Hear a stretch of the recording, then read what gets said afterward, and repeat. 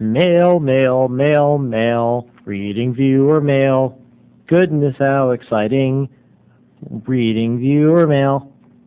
It's snack time. Hey, welcome to Snackboy's 315, and Snackboy's coming at you live from Laurel, Maryland, USA. And today, the first viewer mail is asking me about our recent show on Sunset Boulevard.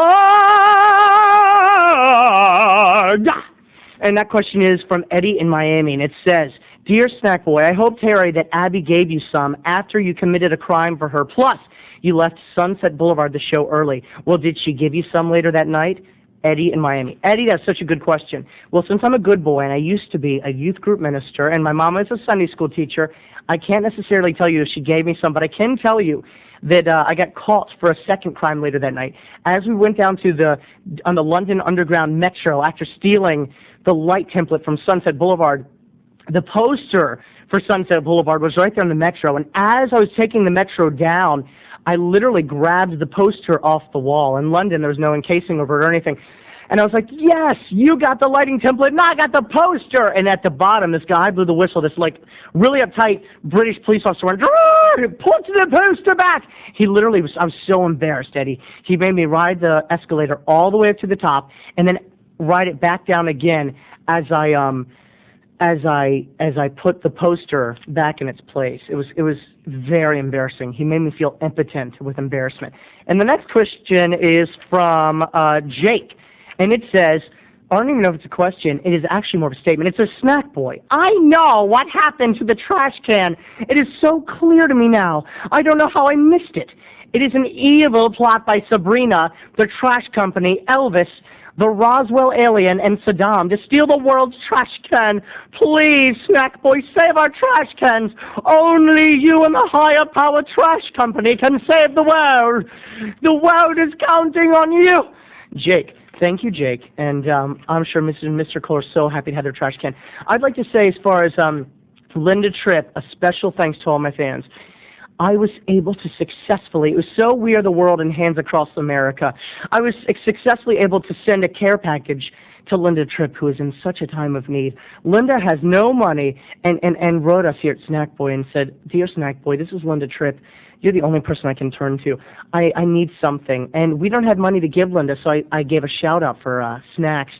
And we have so many bags of pork rinds from so many of you out there for Linda Tripp. And we taped them up and we sent them out. And Linda, I hope that they are put to good use. And God bless, girl. God bless. Your hair looks great. And the last email says, "Dear Snackboy," at thesync.com. "Dear Snackboy, last night I had a dream that you gave a speech in this outdoor theater. And you were talking about your grandma and something about rabbits. Then after you finished your speech, you hung out with me and some of my friends, and then after that, I went to my boyfriend's funeral and locked myself in the casket with his body, and I have no idea what this dream meant, but I felt I should tell you about it.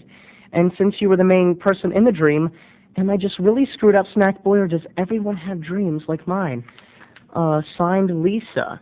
Well, Lisa, I'm going to do my best I've never taken dream psychology courses, although I did go to a really nice community college here in Laurel, Maryland, and I'm going to do my best to interpret your dream in the remaining minute or whatever we have of the 5 minutes together before time cuts me off.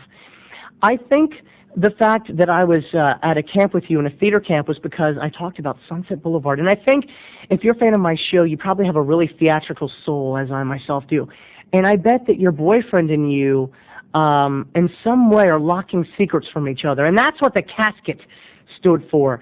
You were locked in a casket with him. I think you feel claustrophobic in your theatricality with your boyfriend.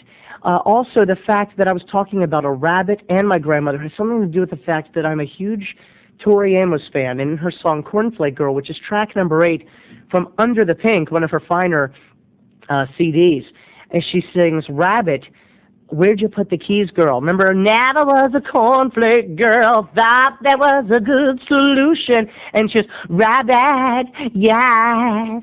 In that kind of way that only Tori can do that. "Rabbit, yes." And I think that the rabbit represents freeing your soul and the secrets that your boyfriend and yourself keep in the coffins buried under theater camp. So I hope I can help you. And if anyone else has any dreams they want Snackboy to interpret, send them my way, and I really want to help. It's not about me. It's not about the show. It is about Cut. helping you. Mwah! Group count. Group